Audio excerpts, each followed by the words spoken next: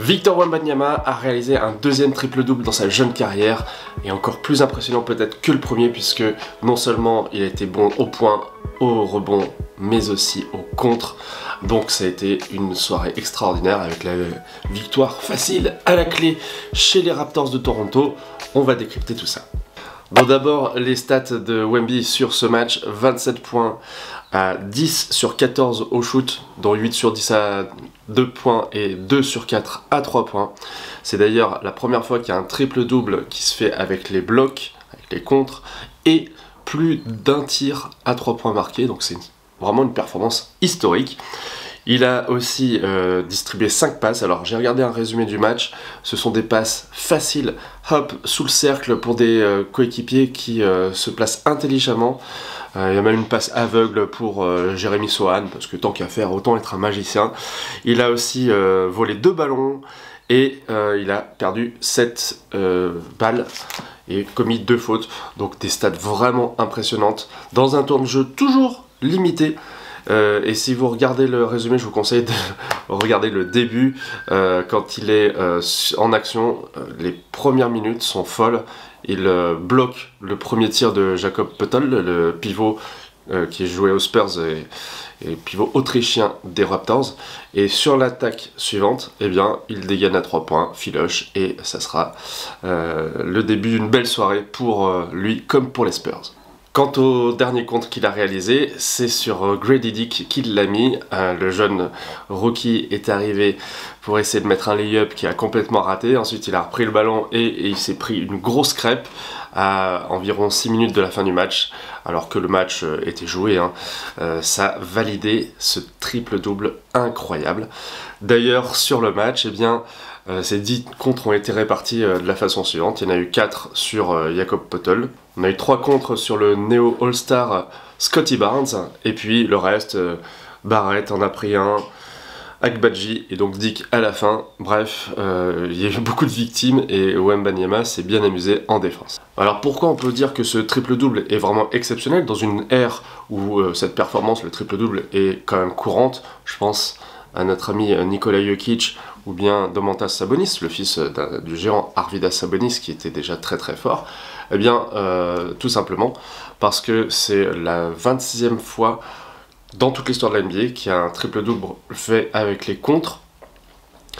Et si on parle d'histoire et de rookie, eh bien, David Robinson en avait réalisé 3 triple-doubles dans sa saison rookie avec les contres. Alors faut dire qu'il était quand même plus âgé aussi, il avait fini son cursus universitaire, il avait fait un service militaire à l'US Navy, donc il était plus âgé, plus expérimenté dans la vie déjà que Wemby. Et petite question, est-ce que vous connaissez les 2 autres rookies qui ont réalisé une performance pareille à celle de Wemby avec 10 contres et 10 rebonds ou 10 points au moins? Eh bien on a 2 géants. On a d'abord Mark Eaton des Utah Jazz, qui était vraiment un contreur all-time. C'était, on va dire, un joueur essentiellement défensif, il avait un apport offensif limité.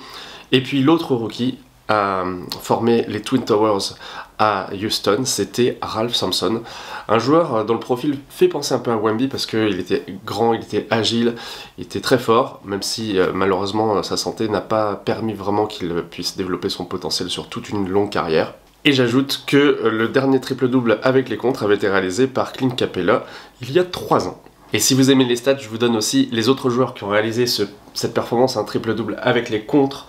On a bien sûr Shaquille O'Neal, qui a réalisé cette performance lors de sa 2e saison, mais aussi Dikembe Mutombo, Josh Smith, Harvey Catchings, je ne connais pas, Mark Eaton, j'en parlais, Manu Ball qui a réalisé cette performance 5 fois, et Wemby a déjà fait mieux que Tim Duncan dont le record de contre est à 9 sur un match. J'ajoute aussi que comme il a réalisé 5 passes en plus de son triple-double, eh bien il n'y a que 2 personnes avec lui qui ont réalisé cette performance, David Robinson et Hakeem Olajuwon, 2 géants du jeu, 2 Hall of Famer, vraiment, donc on peut souhaiter qu'il continue sur sa lancée, cette alien qui, comme prévu, réalise des performances uniques. Et puis de le voir jouer, c'est quand même incroyable parce que en attaque comme en défense, il peut apporter, il peut surprendre et chaque match peut être l'occasion de découvrir quelque chose de jamais vu.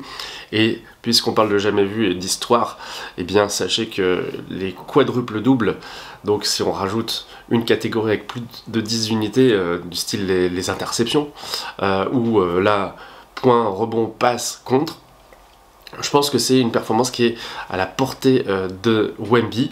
Et est-ce que vous savez combien il y en a eu des quadruples doubles dans la NBA? Eh bien, il y en a eu 4. David Robinson, encore lui, 34 points, 10 rebonds, 10 passes, 10 contres. Hakeem Olajuwon, 18 points, 16 rebonds, 10 passes, 10 contres. Alvin Robinson, un arrière, 20 points, 11 rebonds, 10 passes et 10 interceptions. Et Nate Thurmond, 22 points, 14 rebonds, 13 passes et 12 contres. Donc ces performances-là, on se rend compte que un jour où, par exemple, Wemby joue plus de 30-35 minutes dans un match serré, qui reste sur le terrain, eh bien, ça peut très bien arriver. Vous êtes prévenus. En tout cas, dites-moi si ces performances vous impressionnent. J'espère que vous avez apprécié. Et n'hésitez pas à regarder les autres vidéos que j'ai consacrées à Wemby, aux Spurs et puis à toute la NBA depuis le mois d'octobre. Continuez de suivre et d'apprécier le Seigneur des Arceaux, ça me fait plaisir. Et on se retrouve très bientôt. Salut!